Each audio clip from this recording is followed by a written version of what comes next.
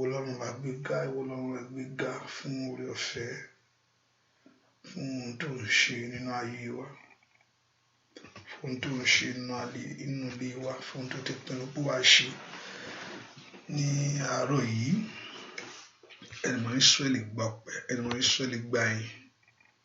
Bàbá wa gbójú wa sókè sí ọ, Jésù járe ọ. Nínú àdúrà yìí, Olúwa fọwọ́ agbára rẹ, ọwọ́ ògo ńlá rẹ Olúwa fi hàn, ọwọ́ ẹwà rẹ Olúwa fi hàn. Járe ọ̀nà agbára rẹ bàbá, járe ọ̀nà ògo rẹ Jésù. Jẹ́ kí gbogbo ògo kó jẹ́ ti ìwọ Ọlọ́run. Láì lórúkọ Jésù Kristi Olúwa wa, àmín. Ẹ jẹ́ ká bẹ̀rẹ̀ sí dúpẹ́ lọ́wọ́ Ọlọ́run fún oore tó ṣe. Ẹ ká bẹ̀rẹ̀ sí dúpẹ́ fún àánú ńlá, ká dúpẹ́ fún oore ọ̀fẹ́. Olúwa o ṣeun, ọba tó pọ̀ nípa dágbára o ṣeun, ọba tó pọ̀ nípa dágbára o ṣeun, ọba tó pọ̀ nípa dágbára o ṣeun. Ẹ ká yìn Jésù yìí, ẹ ká dúpẹ́ fún oore ọ̀fẹ́, ẹ ká dúpẹ́ fún àánú, ẹ ká dúpẹ́ fún ògo rẹ̀ lórí ayé wa. Pé Jésù ṣe, wọ́n tó pọ̀ nípa dágbára, olùgbàlà ó máa ṣeun. Jésù ó máa ṣeun. Jésù ṣe fún oore ọ̀fẹ́ rẹ̀. Jésù ṣe fún àánú ìwọ Ọlọ́run. Jésù ṣe, wọ́n tó pọ̀ nípa dágbára. Ẹnìmọ̀ Ísírẹ́lì ó ṣe, wọ́n tó pọ̀ nípa dágbára gbé ọ̀gá fún oore ọ̀fẹ́ yìí. Agbọ́gá fún àánú ìwọ Ọlọ́run. Agbọ́gá fún ògo wọ Jésù. Jésù ó máa ṣeun fún oore ọ̀fẹ́ rẹ̀ lórí ayé wa. Agbọ́gá fún àánú ìwọ Ọlọ́run. Somebody begin to thank the Lord this hour. Kí ẹnìkan kó bẹ̀rẹ̀ sí gbé Jésù ìgà fún ohun ńlá, fún ohun ìyanu èyí tó ṣe inú ayé wa, fún ògo, fún àrà ńlá èyí tó fa ayé wa dá. Somebody lift a voice and just begin to bless him. Jẹ́ ká gbé ohùn wa sókè sí Ọlọ́run yìí. Pé Ọlọ́run tó dára, ọba tó pọ̀ nípa dágbára. Ọlọ́run tó dára, ọba tó ní gbogbo agbára lọ́wọ́. Ẹ gbogbo Ọlọ́run ga fún oore ọ̀fẹ́. Oore ọ̀fẹ́ rẹ̀ lórí ayé rẹ̀. Oore ọ̀fẹ́ rẹ̀ lórí ayé ọmọ rẹ̀.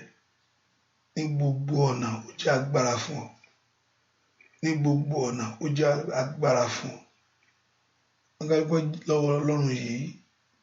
Ọba tó dúró tì wá, ọba tó jẹ́ ibi ààbò ńlá fún wa. Òun náà ní ká fi gbogbo ọpẹ́ fún. Òun náà ní ká fi gbogbo ìyìn fún. Òun náà ní ká fi gbogbo ògo fún. Pé Jésù ṣe o. Jésù mi ó máa ṣe. Jésù mi mo yìn ọ́. Jésù mi mo gbé ọ ga. Fún àánú ìwọ Jésù. Fún oore ọ̀fẹ́ ìwọ Ọlọ́run. Somebody exalt him. Somebody magnify him. Ẹ̀yàn ká kó gbé Jésù ìgà fún oore ńlá rẹ̀ lórí ayé wa. Jésù máa ṣeun. Jésù a yìn ọ́. Jésù a fi ọpẹ́ fún. Kò sẹ́ni tá tún gbé ga bí kò ń ṣe ìwọ. Kò sẹ́ni tó bí kò ń ṣe ìwọ Jésù yìí. Somebody lift a voice and begin to exalt him. Èèyàn kan gbóhùn rẹ̀ sókè kó yìn. Ọba tó lágbára lórí ohun gbogbo. Ọba tí ìyìn rẹ̀ kárí ayé ká. Dúpẹ́ lọ́wọ́ Ọlọ́run yìí pé Jésù ṣe o. Olùgbàlà ó ṣe. Ọlọ́run ìwọ la gbéga lọ́wọ́lọ́wọ́. Ọlọ́run ìwọ la yìn lógo fún iṣẹ́ rẹ̀, fún oore ọ̀fẹ́ rẹ̀, fún àánú rẹ̀ tó ga. Olùgbàlà ó ṣe. Ọlọ́run ó máa ṣe. Dúpẹ́ lọ́wọ́ Jésù. Ó ṣe lórí ilé mi, ó ṣe lórí ọ̀nà mi gbogbo. Can you lift a voice and begin to bless him? Ẹ gbé ohùn yín sókè kẹ́yìn. Olúwa ṣeun fún òní, fún ayé wa sẹ́, fún ayé ọmọ. Ẹ ká gbọ́ fún ìrìn àjò náà, ọba tí òjò bàjẹ́. Ẹ gbọ́ ọba tó jọ sí ìmọ́lẹ̀ alààyè. Somebody lift a voice and bless him. Ẹnìkan gbóhùn rẹ̀ sókè kó yin Ọlọ́run yìí. Ó ṣe, ó ṣe, ó ṣe, ó ṣe, ó ṣe, ó ṣe, ó ṣe, ó ṣe. Ọlọ́run Ísírẹ́lì ó ṣe. Ọlọ́run Ísírẹ́lì ó máa ṣe. Ọlọ́run Ísírẹ́lì ó máa ṣe. Ọlọ́run Ísírẹ́lì ó máa ṣe. Ọlọ́run Ísírẹ́lì ó máa ṣe. Ọlọ́run á yìn ọ́. Ọlọ́run á gbé ọ ga. Ọlọ́run á fi ọpẹ́ fún ọ. Ọlọ́run á fi ìyìn fún ọ. Olùgbàlà ó ṣe. Lórí ayé wa ó ṣe o. Lórí ayé ọmọ wa ó ṣe. Ní ọ̀nà wa gbogbo ó ṣe. Lórí ilé wa ó máa ṣe. Lórí iṣẹ́ wa ó máa ṣe. Ẹ ká dúpẹ́ lọ́wọ́ Ọlọ́run yìí. Bó o ṣe bàbá. Ọlọ́run á yìn ọ́ fún ipò rẹ lórí ayé wa. We thank you, Lord, for your grace in our life. Ọlọ́run á yìn ọ́ fún ipò rẹ lórí iṣẹ́ wa. Lord, I thank you, Lord. Somebody lift your voice and bless him. Ẹnìkan gbóhùn rẹ sókè kó yìn Ọlọ́run yìí. Olùgbàlà ó ṣe. Ọlọ́run mi ó máa ṣe. Ọlọ́run mo yìn ọ́. Jésù á gbé ọ ga. We thank you, O God. Thank you for this journey. Thank you for a new day. Ẹ ká dúpẹ́ Ọlọ́run pé èní ọba tó dá ọ sílé ní. Dúpẹ́ lọ́wọ́ Ọlọ́run, this is a new day, O God. Thank him for that new day. Dúpẹ́ lọ́wọ́ Ọlọ́run fún ọjọ́ ọ̀tun.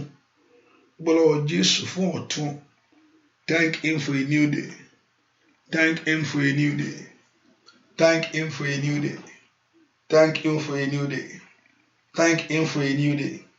Thank him for a new day. Thank him for a new day. Dúpẹ́ lọ́wọ́ Ọlọ́run fún ọ̀tun. Ọ̀tun rẹ̀ lórí ayé wa. Olùgbàlà ó ṣe o.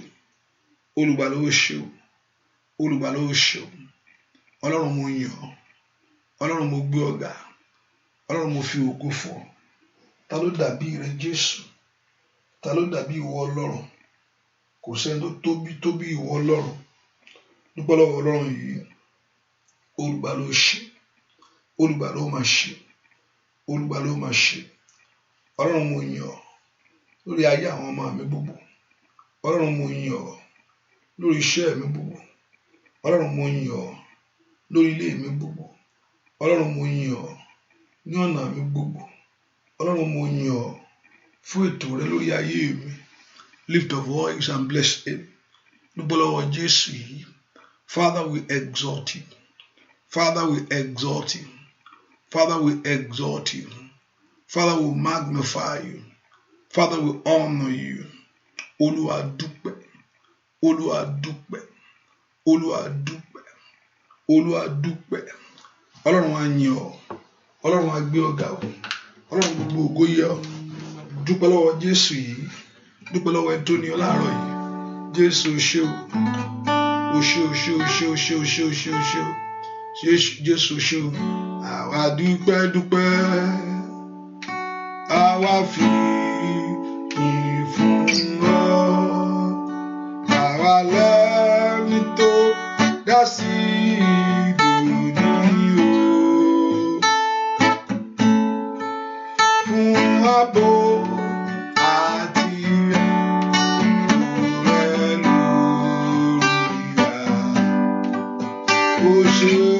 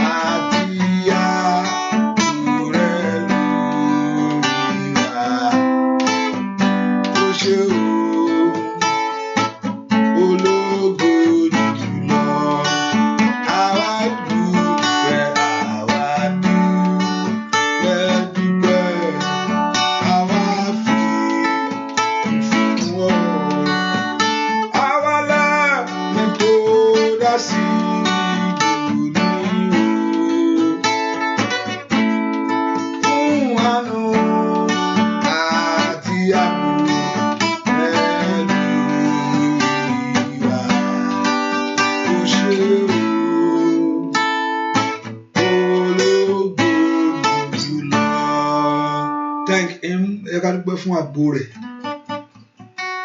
Dúpẹ́ lọ́wọ́ ọba tó pa ọ́ mọ́, tó jí ọ sí ìmọ́lẹ̀ alààyè láàárọ̀ yìí. Ọba tó dá ọ sí o.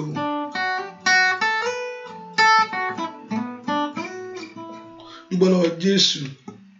dúpẹ́ lọ́wọ́ Jésù yìí, Jésù ṣó àlàmú gbé ọ̀gá tàlàbà máa yìn alábàámdà tàlàbà máa yìn bí kò ṣe Jésù lọ́ba láàárọ̀ yìí tàlàbà máa yìn ọwọ́ rẹ̀ dà tàlàbà máa gbéga tàlàbà máa yìn bí kò ṣe Jésù lọ́ba lórí ayé rẹ̀ tàlàbà máa yìn tàlàbà máa gbéga.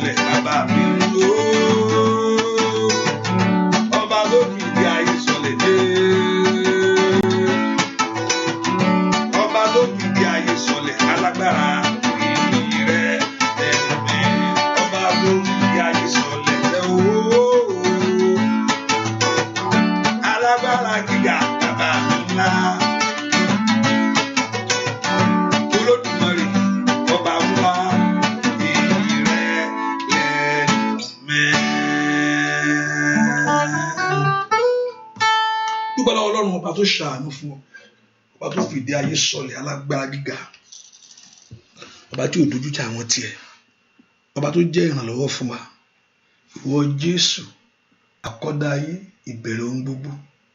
Lift your voice and just begin to appreciate him. Give that honor to the Lord Almighty. Let everything that have breath praise him. Let gbogbo ohun tó ní ẹ̀mí kó yin Ọlọ́run.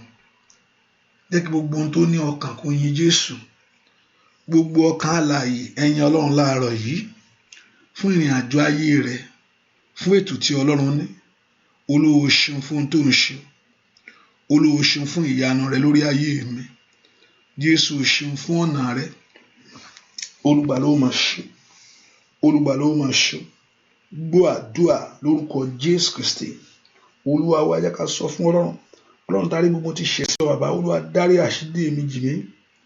Ẹ̀jẹ̀ rẹ kó pa ẹ̀ṣẹ̀ mi rẹ́. Let your blood wash away my sin. Gbogbo ẹ̀ṣẹ̀ mi gbogbo. Ẹ̀jẹ̀ Jésù parẹ́. Ẹ pe orúkọ Jésù. Gbogbo ẹ̀ṣẹ̀ mi gbogbo. Ẹ̀jẹ̀ Jésù parẹ́. Olúwa pa ẹ̀ṣẹ̀ mi rẹ́. Father, forgive me all my sins. Olúwa pa ẹ̀ṣẹ̀ mi rẹ́. Father, forgive me all my sins. Olúwa pa ẹ̀ṣẹ̀ mi rẹ́. Ẹ pe orúkọ Jésù. Olúwa pa àṣírí mi rẹ́. All my sins before you. Gbogbo ẹ̀ṣẹ̀ mi níwájú ìwọ Ọlọ́run. Gbogbo ẹ̀ṣẹ̀ mi lónìí. Ẹ̀jẹ̀ Jésù parẹ́. Olúwa parẹ́. Olúwa parẹ́. Olúwa parẹ́. Olúwa parẹ́. Olúwa parẹ́. Olúwa parẹ́. Olúwa parẹ́. Ẹ̀jẹ̀ Jésù pa ẹ̀ṣẹ̀ mi rẹ́. Ẹ pe orúkọ Jésù dáadáa.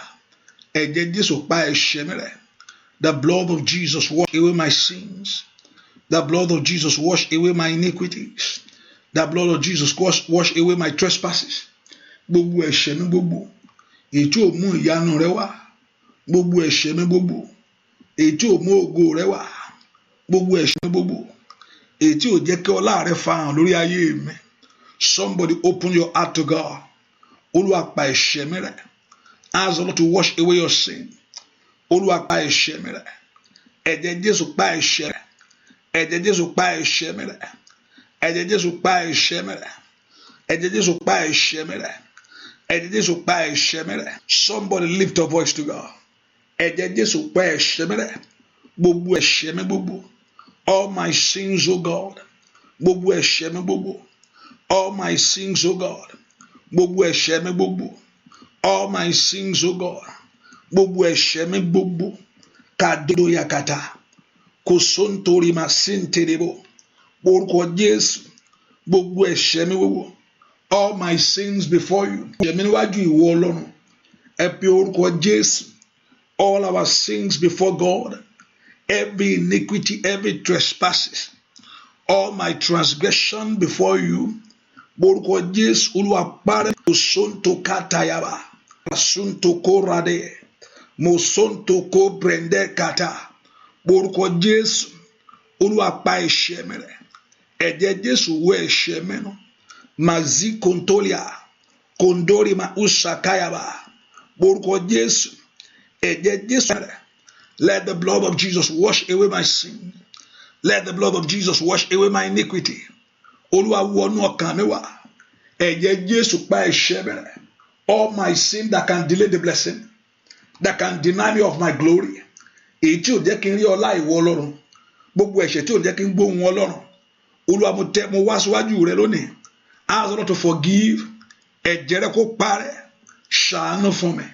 Orúkọ Jésù ẹ sọ fún Ọlọ́run. Ẹ ká sọ fún Jésù sẹ́. Ọlọ́run ṣàánú fún mi. Olúwa ṣàánú fún mi. Olúwa ṣàánú fún mi. Olúwa ṣàánú fún mi. Olúwa ṣàánú fún mi. Olúwa ṣàánú fún mi. Ẹ pe orúkọ Jésù. Ask the Lord to have mercy.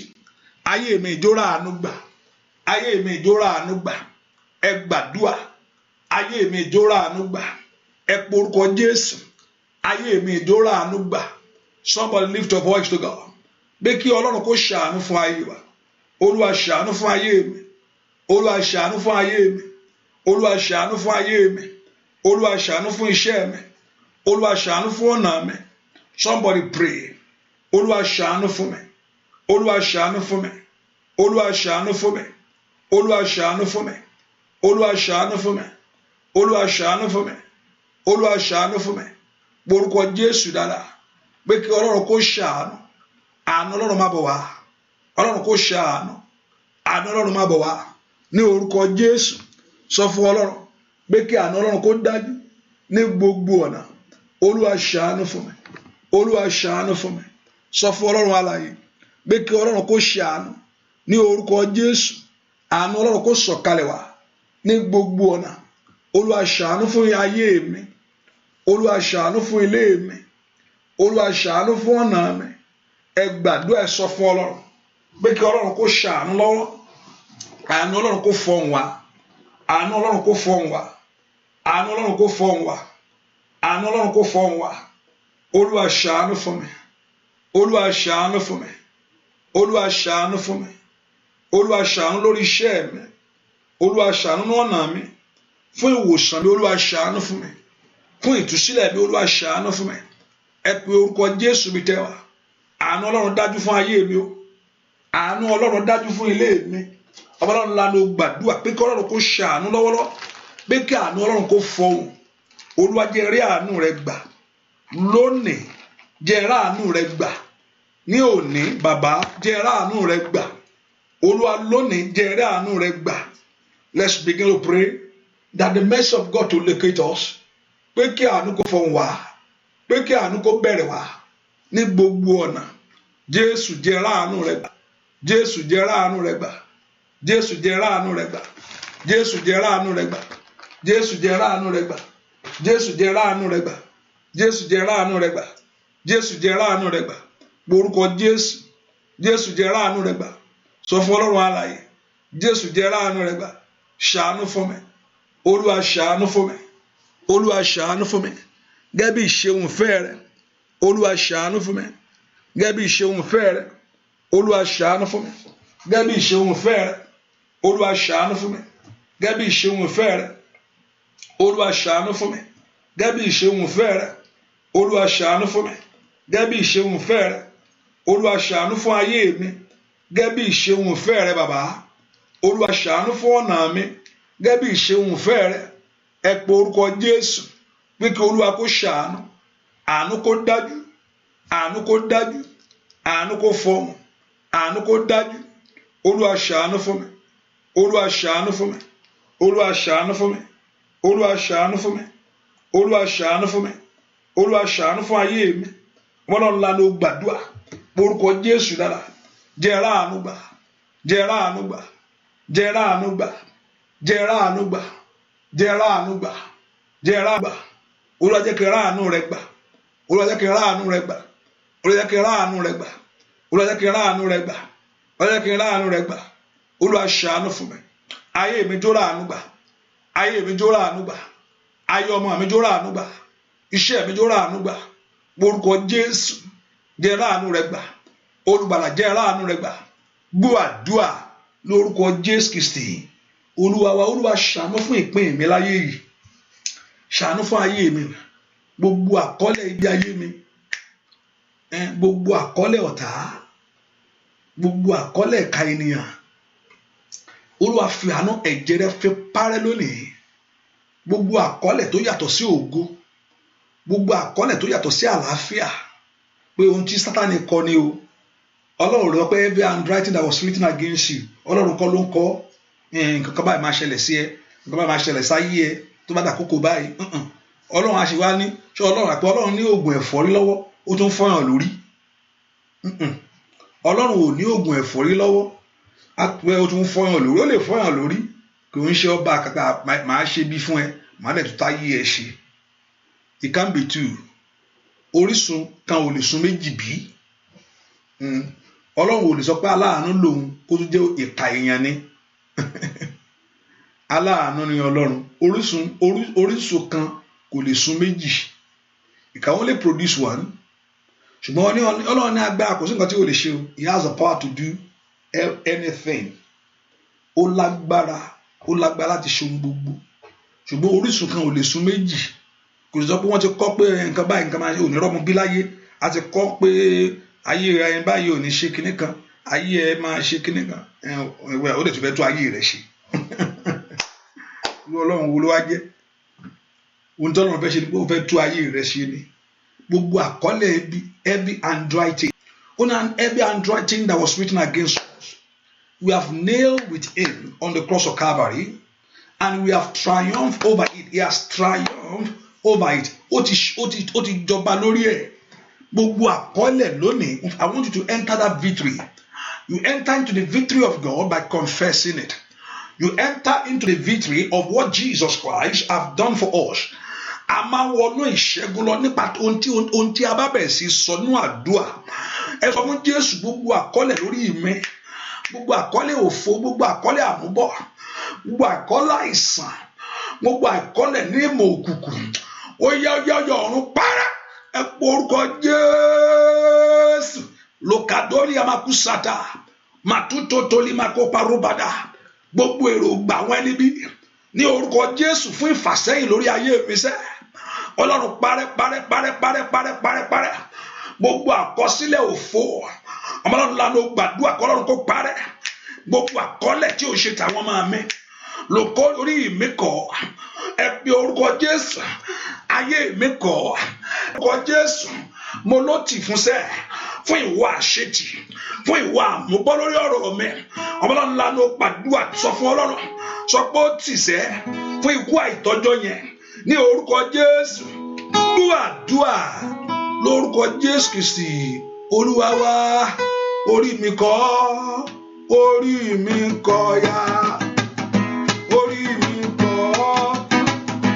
Orí mi kọ́.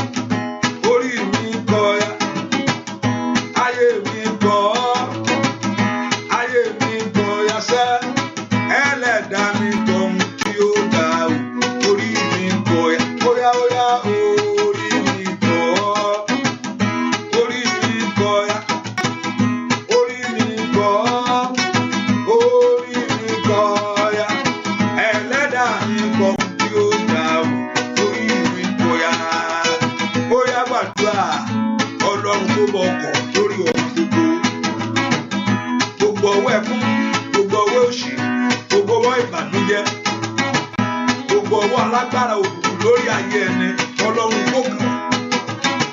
Orí mi kọ́, orí mi kọ́ ya, ayé mi kọ́ ọ́, ayé mi kọ́ ya sá, ẹlẹ́dàá mi kọ́ ohun tí ó dà o, orí mi kọ́ ya, bóyá sọ fún orí mi kọ́, orí mi kọ́ ya, lórí ilé mi o, ayé mi kọ́, ayé mi kọ́ ya, ẹlẹ́dàá mi kọ́ ohun tí ó dà o, orí mi kọ́ ya.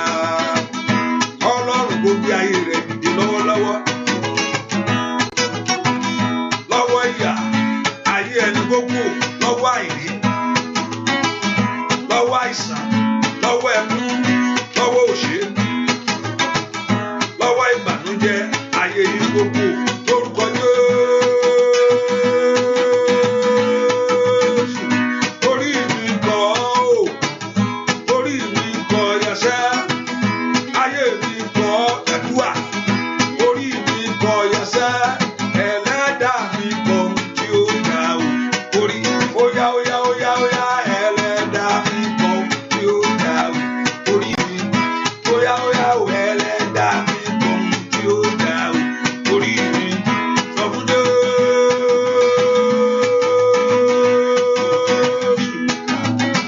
Ẹlẹ́dàá mi kọ́ ohun tí ó dà o, bóyá gbàgbà ìrírí àmàkàbà, ẹlẹ́dàá mi kọ́ ohun tí ó dà o, orí mi kọ́ ya, bóyá orí mi kọ́ ya, ayé mi kọ́ ya, sọ́sẹ́ orí mi. Ipò tó wáyé òfẹ́ bẹ̀ mọ́, Ọlọ́run mú mi kú nínú ipò yìí. Orí mi kọ́ ya, ẹ pọ orúkọ Jésù lónìí, gbogbo ìyà inú ayé mi parẹ́.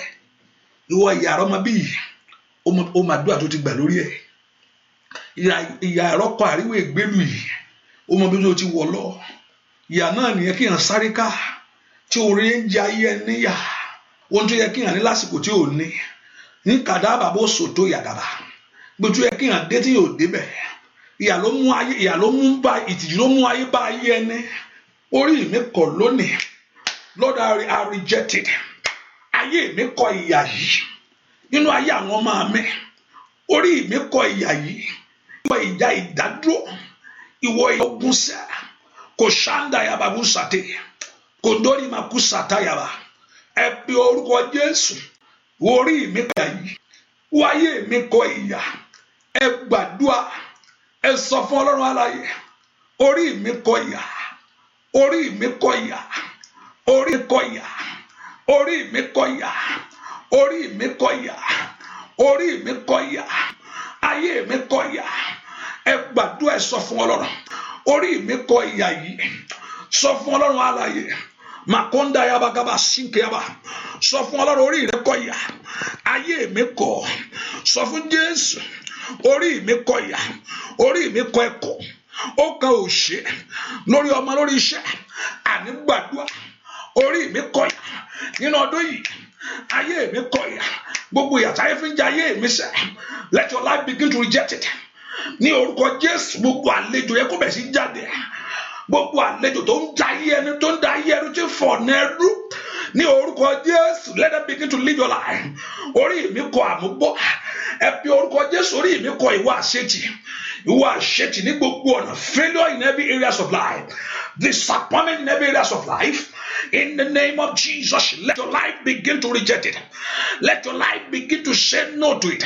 Somebody pray. Makado katukata, likado borobaka, lesonto kote kete yebo, ripatunda kada, mosonto kote kete lebo, makando robo koshinke yaba, limprendo sikete kete, ripatundo ko pragagaba.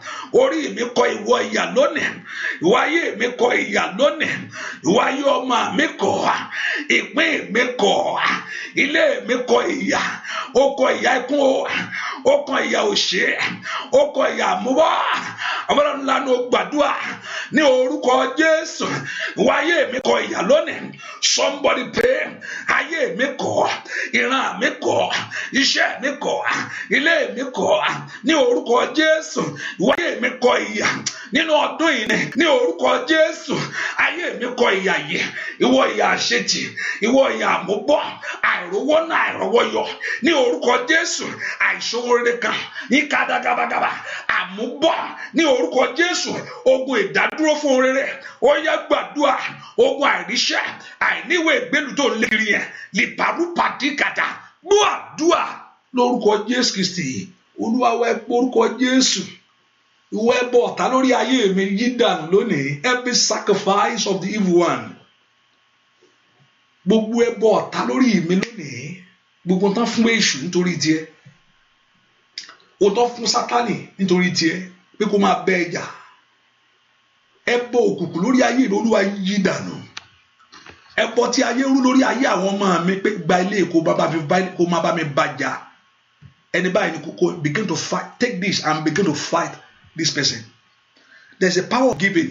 Àwọn ọmọ yẹn we always say give àwọn tó wà ní ayé gan dey give kí Ọlọ́run gan tó ra ayé padà you need to give. Hallelujah. I know you have turned to things now. We begin to mention giving. You have to give something out to get something. That's our life. Èṣù gan á bèrè nǹkan lọ́wọ́ ẹ̀ kó tó fún ẹnu bẹ́ẹ̀ ni Ọlọ́run náà. Don't think God say ìgbàlà lọ̀fẹ́ ọ̀fẹ́ òkè ìgbàlà òkè ń ṣọ̀fẹ́. Hallelujah. Ìgbàlà kò ń ṣọ̀fẹ́. Ó ná Ọlọ́run ní ọmọ ẹ̀. So you don't take it just like that. Mi sọ pé owó ni. I'm not saying about it na pé owó ni. Also ìgbàlà fífúnlẹ̀ of you say it freely to people, but also it demands something from you. Ìgbàlà ó bèrè kankan lọ́wọ́ ẹ̀, ó bèrè ayé ẹ̀, ó bèrè time ẹ̀, ó bèrè ohun gbogbo. Ìgbàlà ọ̀fẹ́ ni to the message to you, but ó wá bèrè kankan lọ́wọ́ ẹ̀ náà. Ẹ kúrúkọ gbogbo ẹbọ tí ayé rú lórí tèmi. All the sacrifice of evil one. Gbogbo tí wọ́n fún Sátánì nítorí ayé mi, nítorí iṣẹ́ mi. Ohun tó fún Sátánì lórí àwọn ọmọ mi. Ẹni tó gbẹ́bọ lóru tó gbẹ́bọ lọ́sàn-án. Ohun tó fún Sátánì nítorí ìrìn àjò mi sẹ́. Pé kó dìde mọ́ ayé mi. Olúwa yí dànù. Olúwa sọ dasán. Olúwa yí dànù. Olúwa sọ di asán. Olúwa yí dànù. Olúwa dasán. Lóru èdè.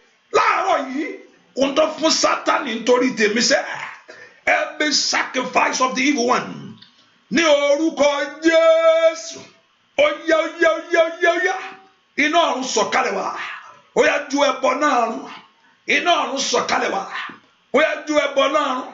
Can you pray that prayer that the fire of the Lord to come down to set the sacrifice on fire? Iná ọ̀run sọ̀kalẹ̀ wá. Kójú ẹbọ náà iná ọ̀run sọ̀kalẹ̀ wá ní orúkọ Jésù. Kójú ẹbọ yẹn run iná ọ̀run sọ̀kalẹ̀ wá. Kójú ẹbọ àṣetì yẹn run iná ọ̀run sọ̀kalẹ̀ wá. Kójú ẹbọ àmúbọ̀ yẹn run Ọlọ́run lanu gbàdúrà ẹbọ tí ayé yẹn rú nítorí tiẹ̀ sẹ́ ètò rú nítorí ọmọ rẹ ẹ gbàdúrà kí iná ọ̀run sọ̀kalẹ̀ wá. Kójú gbogbo ẹbọ àṣetì run sọ fún Ọlọ́run alààyè iná Ọlọ́run sọ̀kalẹ̀ wá. Lokatoli masikeyaba iná Ọlọ́run sọ̀kalẹ̀ wá. Kó tó gbogbo ẹbọ run gbogbo ẹbọ àmúbọ̀ iná Ọlọ́run sọ̀kalẹ̀ wá. Iná Ọlọ́run jórun sọ fún Jésù iná Ọlọ́run sọ̀kalẹ̀ wá. Kó tó gbogbo ẹbọ táyé rú gbogbo tó fún Sátánì gbogbo lórúkọ Jésù. Ètò fúnlẹ̀ ẹbọ lóògùn ní orúkọ Jésù. Ètò gbé sórí ta ètò gbé sórí pẹpẹ nítorí tèmi sẹ́ lọ́sàn-án lóru ní orúkọ Jésù. Ẹbọ tí ayé rú lórí iṣẹ́ mi ìkàyà bàbá iná ọ̀run sọ̀kalẹ̀ wá. Ẹ gbàdúà kí iná ọ̀run kó ju ẹbọ náà ní orúkọ Jésù. Gbàdúà iná Olúwa ju ẹbọ náà run lónìí ní orúkọ Jésù. Iná Olúwa ju ẹbọ náà run orúkọ Jésù dáadáa. Iná Ọlọ́run ju ẹbọ náà run ẹbọ tí ayé rú nítorí iṣẹ́ mi ní orúkọ Jésù. Ẹbọ tí ayé rú nítorí ayé àwọn ọmọ mi. Ẹbọ tí ayé rú nítorí ọ̀nà rẹ iná Ọlọ́run sọ̀kalẹ̀ wá. Jorun lónìí ju ẹbọ náà run ju ẹbọ náà run, ju ẹbọ náà run ní orúkọ Jésù. Gbàdúrà sẹ́ pé kí iná Ọlọ́run kó sọ̀kalẹ̀ wá kó fi sí ẹbọ náà, gbogbo ẹbọ ọ̀tá, gbogbo ẹbọ àṣetì, gbogbo ẹbọ àmúbọ̀ lórí ọ̀rọ̀ mi sẹ́, iná Ọlọ́run alààyè sọ̀kalẹ̀ wá, jórun jórun jórun jórun, palẹ̀ mọ́ palẹ̀ mọ́ palẹ̀ mọ́ palẹ̀ mọ́ palẹ̀ mọ́ palẹ̀ mọ́. Gbàdúrà iná Ọlọ́run alààyè sọ̀kalẹ̀ wá, jó gbogbo ẹbọ run, gbogbo ẹbọ àṣetì ní orúkọ Jésù. Gbogbo tó fún Sátánì nítorí ayé mi sẹ́, iná Ọlọ́run sọ̀kalẹ̀ wá. Gbogbo tó ní kó dìde máa yí ẹ, gbogbo tó ní kó dìde máa yí ọmọ ni ní orúkọ Jésù.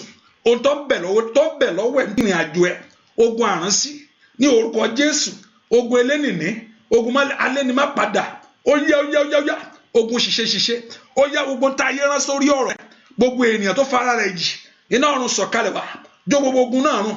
Ọlọ́run ńlá ló gbàdúrà, iná Ọlọ́run sọ̀kalẹ̀ wá. Mo fẹ́ gba ìtúsílẹ̀ ní ọdún yìí ní orúkọ Jésù. Mo fẹ́ gba ìtúsílẹ̀ ní ọdún yìí ní orúkọ Jésù. Gbọ́ àdúrà lórúkọ Jésù Kristi. Olúwa wẹ́ pé orúkọ Jésù, ọ̀tá mi jó rí ọwọ́ rẹ, ọwọ́ agbára rẹ. Níbikíbi tí ọ̀tá mi bá wà báyìí, Olúwa, níbikíbi tí ọ̀tá tí ń ṣe ayé mi wà, ọ̀tá tó dúró sí ayé ọmọ mi, jó rí ọwọ́ agbára rẹ. Ìwọ ogun ìdílé gbá Ọlọ́run, ìwọ ogun àìsàn rí ọwọ́ agbá Ọlọ́run, ìwọ ogun àbọ̀rí ọwọ́ agbá Ọlọ́run. Ẹ pe orúkọ Jésù. Ìmọ̀ òkùnkùn kórí agbá lórí ayé mi sẹ́, ó dẹ̀ kó di ẹni ìtúsílẹ̀ o nínú àdúrà yìí. Lọ́wọ́ ogun aléniká o, ó dẹ̀ kó di ìtúsílẹ̀. Lọ́wọ́ ogun rere, ó yẹ kí ayé mi dẹ̀ ní ìtúsílẹ̀. Mo sátọ̀ wá oníkó orúkọ Olúwa, ilé ìṣọ́ agbára ni orúkọ onú rẹ̀, ó sì là. Orúkọ Olúwa là mí lónìí, orúkọ Olúwa gbà mí lónìí, orúkọ Olúwa tú mi sílẹ̀ lónìí. Ọmọ Ọlọ́run àdúrà rẹ dà, ó yá. Orúkọ Olúwa kó gba ọmọ rẹ sẹ́ ní orúkọ Jésù, kó gba iṣẹ́ rẹ, kó gba ilé rẹ, kó gba ayé rẹ. Sọ fún Jésù làtàtà kò ṣáńdà yaba. Olúwa tó sì gbàdúrà ropáteke yaba lè sọ́ntolí kata sọ́ntolí má sì tẹ̀. Ó yá gbàdúrà ní orúkọ Jésù làkàyàbà rapasotoya fayọkúnmi ripatugayaba. Gbàdúrà sẹ́ ní orúkọ Jésù. Ẹ̀jẹ̀ ń gbàtúsílẹ̀, ó yẹ ẹgbẹ́ ń gbàtúsílẹ̀, ó yá gbàdúrà ní orúkọ Jésù. Lè kádù àbókàtà lè sọ́ntò tó lè máa sẹ̀ látẹ́lì máa kó sàtà mọ̀kó tó lè máa kásà lòtó lè máa kú tẹ̀lé bó. Ẹ pe orúkọ Jésù látàndó ló mọ̀ kó sàtà lìmpréndé kételé mọ̀ kó tẹ̀. Gbàdúrà lórúkọ Jésù Kristi. Olúwa mi ò bẹ́ẹ̀ nìkan jẹ́ sàlámì inú àdúrà yìí. Ẹ pe orúkọ Jésù. Ìtúsílẹ̀ bí ó ṣẹlẹ̀ bàbá. Munaili makule ma usadayaba. Ẹ pe orúkọ Jésù. Ọwọ́ ogun kó laná lónìí o. Ọwọ́ ogun kó la tí ogun bá ṣẹ ìyanu àṣẹlẹ̀. Kò ń ṣe Ọlọ́run ló ń jẹ ayé níyà o. Mo fẹ́ kẹ́ mọ̀ yẹn o. Lóòótọ́ tí èèyàn bá ṣẹ, when some sin, ó kàn máa ń fi ààyè fún Sátánì láti wọlé ni. Ibi tó wà ń bẹ̀ nìyẹn. Dàpé ohun tó ibi tó lọ́nà kó ti gbèjà yẹn á wọlú ẹran ni. Ohun tí ẹ̀ṣẹ̀ máa ń ṣe nìyẹn. Kò pé Ọlọ́run ìbínú ni pé Ọlọ́run pé there are many things we have been taught, but this God is a merciful God. I'm not saying God is not a judge. Ọlọ́run á ná ajo nínú. Ṣùgbọ́n ẹ̀ṣẹ̀ nǹkan tó máa ń ṣe ni pé ó máa ń fi ààyè sílẹ̀ pé kí Ọlọ́run máa wò yán ràn ni. Nǹkan tó máa ń ṣe nìyẹn. So Sátánì àwa jẹ ẹgbà láti lè wá jẹ ẹgbà lọ́wọ́ Ọlọ́run.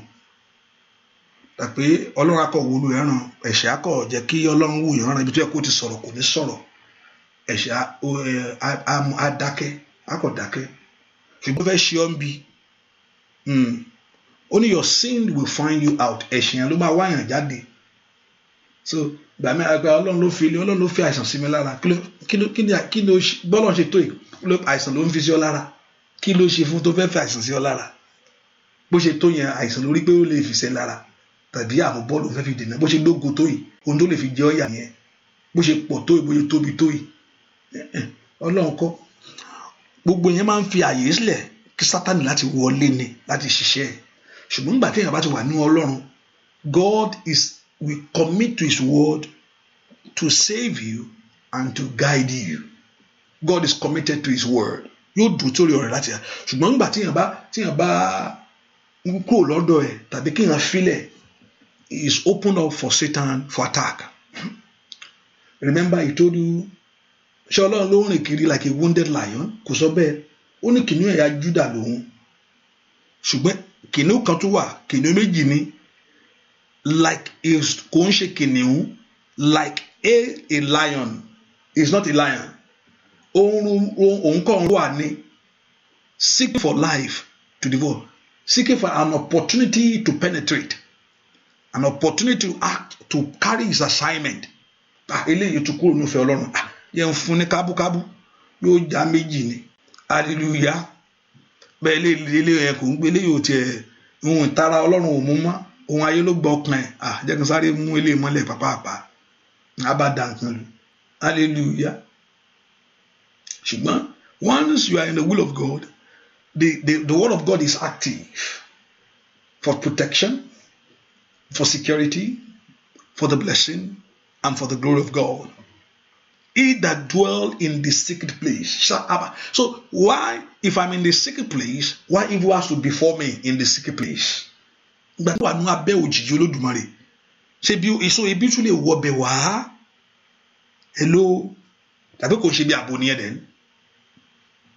Tí ibi bá tún lè wọ bí ààbò ńlá wá, níbo lè yàn tó fẹ́ tá sí? Remember only the righteous. So if you stay there, you are secure. But when we step out, but many times we step out of it. And just so Satan is saying, do they? Like it's a prey. Is watching his prey. On do deni. Ṣàkóńbẹ yẹn kí n mọ̀. Gbígbèsè yẹn. Ẹ pe orúkọ Jésù. Àní gbogbo iṣẹ́ ọ̀tá ayé mi sẹ́. Olúwa jẹ́ kí ọ̀tá mi rí ọwọ́ rẹ̀ sẹ́ níbi tó wà yìí.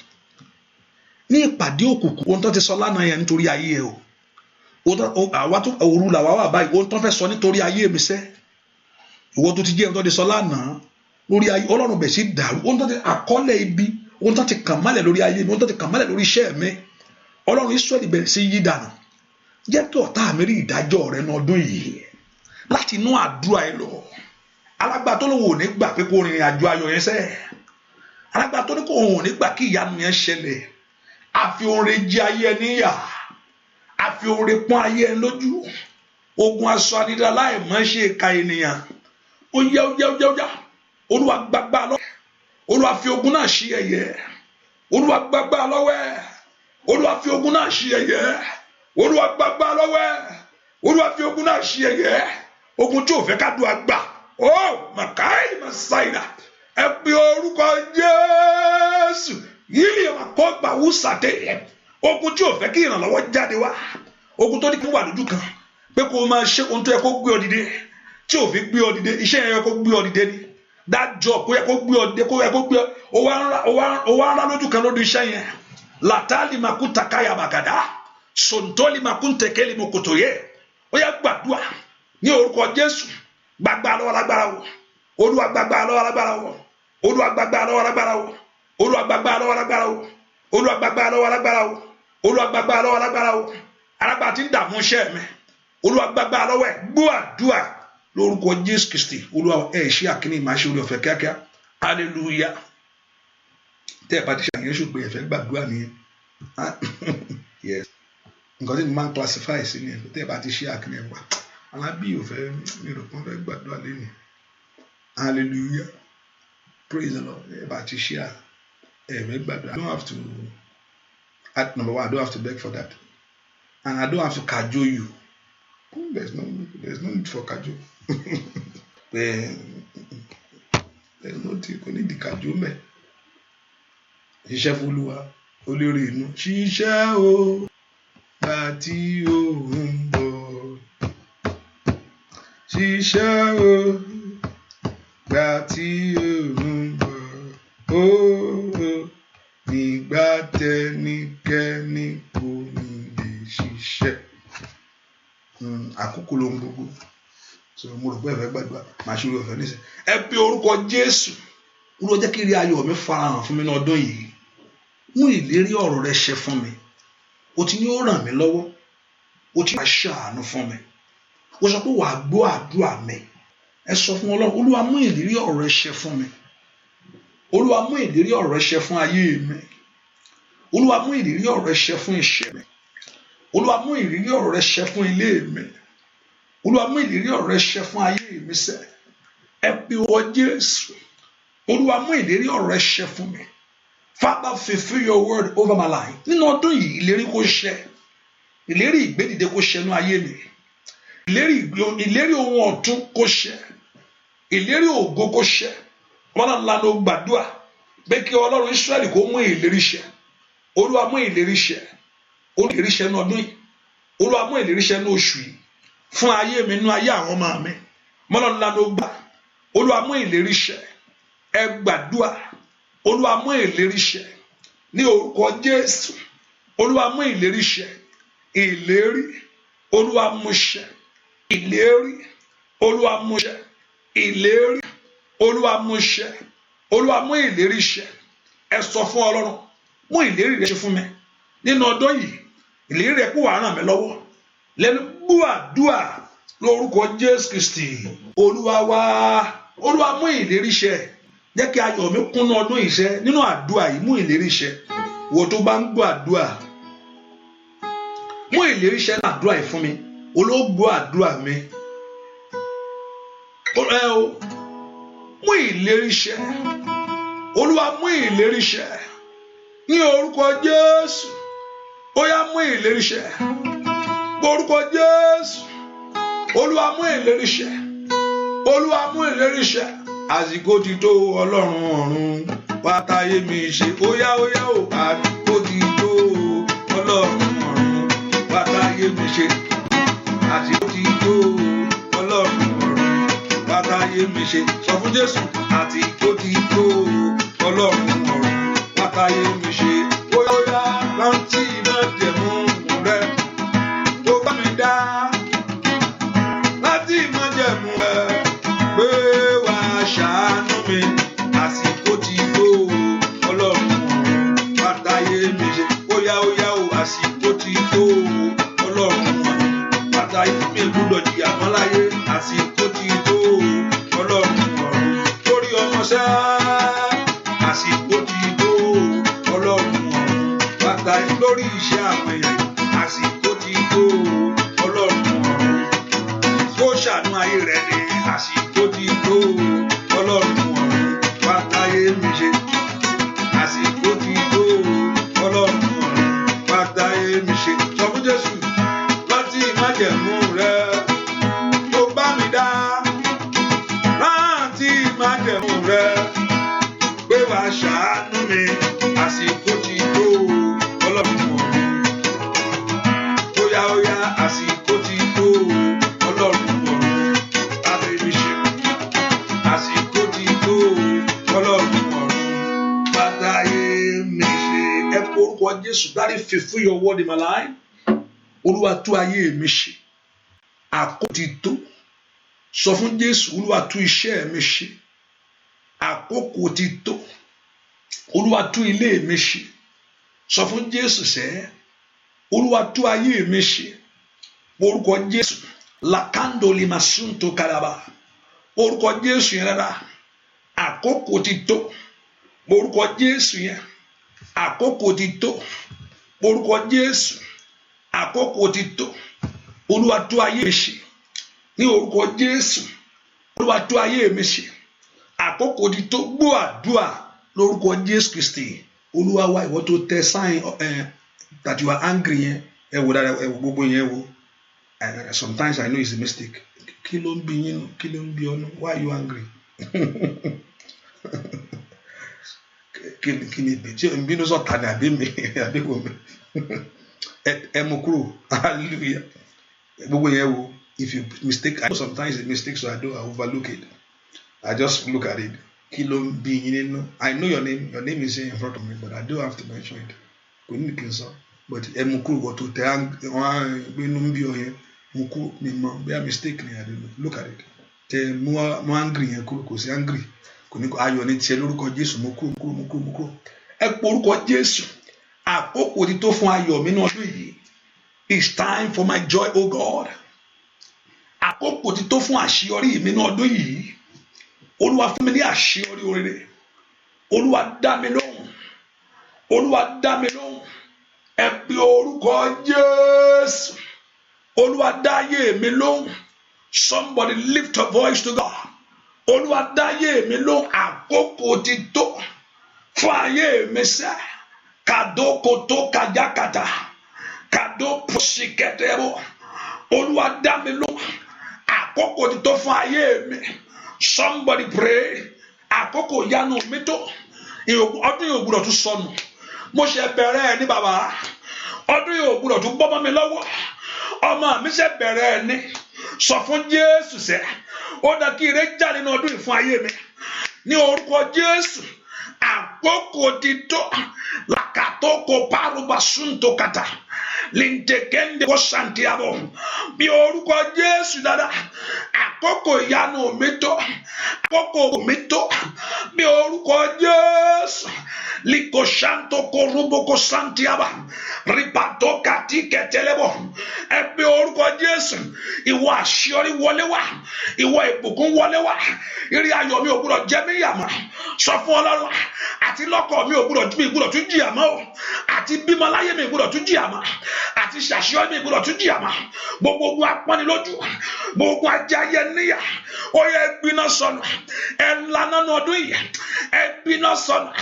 Mo kú ònùkú ẹrú. Come out of that bondage of slavery. Ní orúkọ Jésù. Ayé mi kúrò. Dúà. Lórúkọ Jésù Kristi. Olúwa wa. Tí ọ̀rọ̀ Ọlọ́run bá sọ pé kò sẹ́ni tó rò ohunkóhun gbà bí kò ṣe pé Ọlọ́run fi fún. I don't know whether you believe it. Mi rò bẹ́ẹ̀. Ẹni tó ń gbàdúrà lówó náà ṣọ́lọ́run wà fún. Ọlọ́run ló fún. Hallelujah. I will not say ẹni tó lọ ṣògùn owó pọ̀ Ọlọ́run ló fún. Ó gbọ́nà ẹ̀bùrú láti ní ájì ẹ̀. Ọlọ́run náà ń wòran náà ni ètò owó yẹn náà fi dà ní tọ́lọ́ bá sọ pé ó tì náà ni ẹni tó ṣògùn owó tó lówó tó ń ṣe gbogbo rẹ̀. Ọlọ́run wòran náà ni so Ọlọ́run wò lágbá rẹ̀ ọ̀nà tó fẹ́ gbà nìyẹn ṣùgbọ́n wàá jìyà ẹ̀. Kò sẹ́ni tó kó ń gbà kò sóhun tó ṣẹ̀yìn Ọlọ́run. Ó ní igi kan jábọ́ lára ewé pé Ọlọ́run má mọ̀ ń pa rẹ̀ bí ogun ajá lílu so kò sí pa Ọlọ́run kí ló ṣẹlẹ̀ lánàá yẹn. Nǹkan ṣẹlẹ̀ mí mọ́ kò ń ṣe Ọlọ́run o. So God is not shocked about behavior. Mi lè ṣe nǹkan ní nǹkan lọ pé Ọlọ́run tí mo ti máa ṣe láyé he knows everything. Kò lè shock Ọlọ́run. Ìwà mi nǹkan kan ò lè shock Ọlọ́run. Ìwà wa ò lè shock. Kí ló wá ṣe yìí o. Èèyàn lè sọ bẹ́ẹ̀ bọ̀ ṣùgbọ́n kò ń ṣe Ọlọ́run. Hallelujah. Kò sí nǹkan tó ṣẹ̀yìn Ọlọ́run. Bẹ́ẹ̀ ni kò sí nǹkan tó ṣe ohun tó máa ṣe lénìí mi ò mọ̀ ní wákàtí 2 sí 3 ohun tó máa ṣe lọ́la Ọlọ́run ti mọ̀ ohun tó máa parí èní fún ayé ẹnìkankan Ọlọ́run ti mọ̀ ó mọ̀ bó ṣe wà wájú Ọlọ́run rèé because ó ní agbára láti mọ gbogbo he sees ahead of us he sees beyond us. Ó wá sí pé kò sẹ́ni tó rò ohunkóhun gbà bí kò ṣe pé Ọlọ́run ò fi fún ìwọ sì wá àṣeyọrí Ọlọ́run Olúwa fi fún mi. Má jẹ́ kí ọ̀tá dènà rẹ lọ́wọ́ mi mọ́. Ire rẹ ó ní kí n bè ó ní ask and it shall be given unto you. Ó ní knock and you shall find. The door shall open, seek you shall find it. Ẹ sọ fún Ọlọ́run Sátánì má jò ó dèrè ìdènà ire lọ́wọ́ mi mọ́. Ó ní ẹni tí bá ń béèrè ló máa ń rí gbà. Ọlọ́run mo béèrè láàárọ̀ yìí. Ṣàánú fún mi bùkún mi jẹ́ kí ojú rẹ mọ́lẹ̀ sí mi lára. Jẹ́ kí àṣeyọrí kó dàpọ̀ mọ́ ọ̀rọ̀ mi. Jẹ́ kí ìbùkún kó wọnú ilé mi wá. Jẹ́ kí ògo kó gbé ayé mi dìde. Ó ní kò sẹ́ni tó ń gbà bí òye ó fi fún. Ẹ fún mi náà ní àṣeyọrí. Olúwa ẹ fún mi náà ní ìbùkún. Gbogbo àwọn tó ní lọ́wọ́ ìdàkó ló fún wọn. Wọ́n náà béèrè fún tiẹ̀ sẹ́. Ó ní ẹ ti béèrè lérí gbà. Ẹ fún mi náà ní ìwé ìgbélu náà. Ní orúkọ Jésù. Ìwọ tó fún àwọn yẹn náà. Ìwọ tó ra mọ́tò fáwọn yẹn. Ìwọ tó kọ́lé fún wọn. Ìwọ tó sọ àwọn ẹdẹ lọ́mọ. Ìwọ tó fún wọn ní àlàáfíà pípé. Ní orúkọ Jésù. Ó ní kò sẹ́ni tó rò ń kó gbà. bí kò ṣe pé Ọlọ́run fi fún ọba ńlá ló gbàdúrà Olúwa fún èmi náà ní ìfọ̀kànbalẹ̀ láyé ẹ fún mi ní àlàáfíà mi ẹ fún mi ní ẹ̀mí gígùn pẹ̀lú àlàáfíà ẹ wo ayé mi sàn ẹ wo àgọ́ ara mi sàn ẹ wo iṣẹ́ mi sàn ẹ wo ilé mi sàn ẹ wo ọ̀nà mi sàn lánàá gbàdúrà sẹ́ orúkọ Jésù mọ̀káìlì mọ̀sáìlà Ọlọ́run dáhùn níbi àyè ńlá ẹ fún mi náà ní àṣeyọrí tí ayé mi ń bèrè fún ìwé ìgbélu tó ti ń kalẹ̀kùn yẹn orí kò sẹ́ńtọ́rọ́ kó ń gbà bí kò ṣe pé Ọlọ́run fi fún kí ló fẹ́ kọ́rọ̀ fún ọ láàárọ̀ yìí kí ló fẹ́ kọ́rọ̀ kó mo lè yín lọ́wọ́ Olúwa fún mi náà Olúwa fún mi ní ayọ̀ mi Olúwa fún mi ní ayọ̀ mi mú ìbànújẹ́ mi kúrò mú ìbànújẹ́ mi kúrò sọ mí di aláyọ̀ ní ayé yìí sọ mí di aláyọ̀ ní gbogbo ọ̀nà ní orúkọ Jésù kí ọwọ́ mi kó ba ire dúà lórúkọ Jésù Kristi Olúwa wa ojú òní tì ọ́ lórúkọ Jésù ojú òní tì ọ́ lórúkọ Jésù ojú òní tì ọ́ lórúkọ Jésù ojú òní tì ọ́ ní gbogbo ọ̀nà tẹ́ ń gbà láyé ojú òní tì yín gbogbo alágbá tí ń béèrè fún ìtìjú ayé yín o gbogbo alágbá tó ní kó máa lọ bẹ́ẹ̀ gbogbo ìkà tó ní bẹ́ẹ̀ ní jáde níbi tẹ́ wà yẹn sẹ́ gbogbo ogun àyíká àtogun àyídà abíní ẹni láì nídìí abá ogun ayé ẹni jà gbogbo ohun tí ò fẹ́ kí agbègbè tàbí orílẹ̀-èdè tàbí gbogbo ohun tẹ́ ẹ̀ ń ṣe kó gbè yín gbogbo ogun ilé gbogbo ogun òde gbogbo ogun náà ìjọ ní orúkọ láàrin ọ̀rẹ́ ní orúkọ Jésù the principalities and power gbogbo ohun tó kórajọ fún ayé ẹni tí ò jẹ́ kí ayé rí ìyanu gbogbo ogun abàdúrà jẹ́ ayé àdúrà gbé Olúwa finá sí lónìí Olúwa finá sí lónìí Olúwa finá sí lónìí Olúwa finá sí lónìí kó Olúwa kó gbé idà rẹ̀ sókè idà Olúwa idà Gídíónì kó wá gbogbo ọ̀tá yín rí kó fún ẹ̀yin ní ìṣẹ́gun idà Olúwa idà ìṣẹ́gun ní orúkọ Jésù kó wá gbogbo ọ̀tá yín rí kó fún ẹ̀yin ní ìṣẹ́gun idà Olúwa idà ìṣẹ́gun ní orúkọ Jésù the sword of the Lord the sword of victory let it locate all your enemies anda yababoka parusata ní orúkọ Jésù ohun tẹ́ ń wá yẹn kó Olúwa kó fún yín rí ohun tẹ́ bèrè yẹn kẹ́ rí gbà àdúrà kó mú ìyanu wá ò ní gbà lásán èní lọ́jọ́ kẹwàá tó ti ń kanlẹ̀kùn yìí èní lọ́jọ́ kẹwàá èyí tó ti ń bèrè yìí èní lọ́jọ́ kẹwàá tó ti gbóhùn rẹ sókè gbogbo ìdènà yẹn kúrò ẹ̀bẹ̀ yín kó ṣe ìtẹ́wọ́gbà let all your requests be answered ní orúkọ Jésù let Jehovah God answer speedily ẹ̀rí ìyanu àdúrà yìí ẹ̀rí ògo àdúrà yìí ẹ̀rí ẹwà àdúrà yìí ẹ̀rí ìyanu àdúrà yìí ní orúkọ Jésù ẹ̀rí ògo àdúrà yìí ẹ̀rí ìyanu àdúrà yìí ní gbàgbànú àdúrà ní gbà lásán you will not pray in vain gbogbo àìsàn àgọ́ ara kó jáde kólúwa kó wo ayé yìí sàn kólúwa kó wo ìpín yìí sàn ọba tó mú ìkorò kó ònú mára kó wò yìí sàn ọba tó wo ilẹ̀ náà sàn ní orúkọ Jésù ìtànjẹ Jẹ́ríkò kó wo ìtànà yìí sàn kó wo ilẹ̀ yìí sàn ilẹ̀ yìí kó mú ire jáde ò ní ṣe lásán ò ní wáyé lásán ire ò ní dààmú rẹ mọ́ máa ríre gbogbo ẹ máa rí ayọ̀ kó kẹ́ ẹ jẹ wọn mọ́ ohun tó lùwà fún ọ ní àyíká rẹ kó mú ayọ̀ wá fún ọ ohun tó bọ̀ ọ́ níjẹ́ kó di ẹ̀rín ní orúkọ Jésù ohun tó mú ọ sunkún yẹn o lórúkọ Jésù kó dohun ayọ̀ ìgbà yí padà ìgbà ayọ̀ wọlé ìgbà ìtura wọlé ìgbà ògo wọlé iṣẹ́ rẹ ò ní dìṣẹ́ bẹ̀rẹ̀ sí rí ìyanu ẹ bẹ̀rẹ̀ sí rí ògo ẹ bẹ̀rẹ̀ sí rí ẹwọ Ọlọ́run bẹ́ẹ̀ ló sì rí láì lórúkọ Jésù Kristi Olúwa tágbára wa àmín àmín àmín lórúkọ Jésù hallelujah hallelujah àdúrà rẹ ó yẹ sọ fún Ọlọ́run Olúwa mo ti wí tèmi o èsì mi kó wá kánkán let my reply come quickly èsì kó wá fún yín èrè àdúrà níbi kó sọ fún Ọlọ́run bó ṣe gbàdúrà ẹ kí ìyanu sì tẹ̀lé bó ṣe yẹ kó rí nìyẹn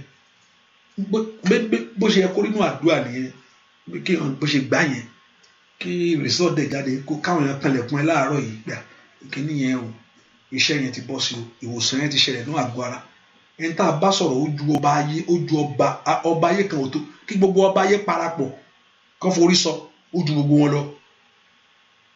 Ẹni tá a bá sọ̀rọ̀ nìyẹn. I don't know whether you acknowledge the presence of him. Ọba àwọn ọba ìyá dé pé Olúwa ó ti tóbi jù bẹ́ẹ̀ lọ o. Gbọ́dọ̀ sọ̀rọ̀ ayé mi lọ káyé mi tó wà lójú kan. Olúwa ayé àwọn ẹ̀dọ́ orí èsì ńlá bẹ́ẹ̀ ni ó sì rí. Jésù Olúwa wa, àmín àmín àmín lórúkọ Jésù. Ẹ ká fi sọ́kàn pé àìdúrà ìtẹ̀síwájú láàárọ̀ láago 6. And also I told us please share. I don't have to say it. But if you log in, just send it. You don't have to post it on your page. There are many ways to share it. You can send it as a message. Like you don't have to put, if you don't want to put it on your Facebook or whatever, it's okay. That's up to you. But just make sure you are doing it. As you are doing it, ó máa pínrin kù yín kẹ́bẹ̀ sí rírì Ọlọ́run. Àánú Olúwa kó tọ̀ yín wá, kójú má ṣe tì yín o. Jésù Olúwa wa, àmín àmín. Àdúrà yín ti gbà. Olúwa kó yọ mí sí, ẹ̀jẹ̀ Jésù kó yíká o. Bẹ́ẹ̀ sì ń jáde láàárọ̀ ẹ̀kẹ́ jáde sọ́wọ́ eré. Ẹ̀yin tí ẹ fẹ́ lọ sùn, kó Olúwa kó ṣí yín lójú ẹ̀mí kẹ́ ẹ sùn mọ́ ayọ̀. Ojú oorun rẹ ò ní di bí ẹrù mọ́. Bẹ́ẹ̀ ni ó sì rí. Jésù wa, àmín àmín. You are blessed. Thank you God very much. Thank you for being here. See you in the morning. God bless you. Bye bye.